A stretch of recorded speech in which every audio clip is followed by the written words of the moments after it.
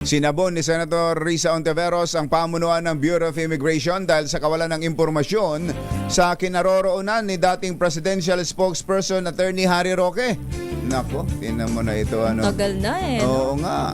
Panay ang TikTok ni Secretary Roque. At upload ng video sa kanyang Facebook, yung mga statement. Kaya nga, sa hearing ng Senate Subcommittee on Justice, ginit ni Fortunato Manahan, BI Intelligence Division Chief, na may impormasyon naman sila na nagtungo raw ng Japan si Roque at nagtangkang magtungo sa Amerika, ngunit hindi pinasakay ng eroplano ng mga Japanese authorities.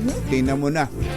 Mabuti pa itong mga Japanese. Oo, hinarang. Oo, hinarang, hindi pinasakay. Pero ayon kay Ontiveros, batay sa impormasyon mula sa kanyang mga sources, ay mula Dubai, ay bumiyahe si Roque pa Shanghai, China, noong December 8 at nanatili doon ng isang araw bago nagtungo naman ng Macau. Aba, iba-ibang bansa.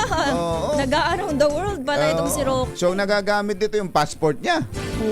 Ipinagtataka ngayon ni Ontiveros kung sino ang mga tumutulong kay Roque para makabiyahe sa iba't ibang bansa habang malayang nakakapag-post sa kanyang social media na tila kinukutya pa ang administrasyon at mga ahensyang naghahanap sa kanya.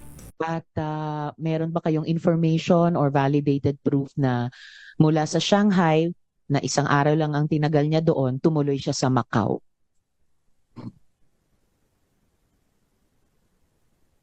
Madam Chair, sorry, wala po kaming pero meron po kaming alam na pumunta rin po siya ng Japan. And hindi po siya nakaalis. Supposed to be bound for US, pero denied flight, denied check-in. So, wala rin naman holdings ang Japan Police or Japan Immigration. Then after that, wala na po kami information. Saan po sa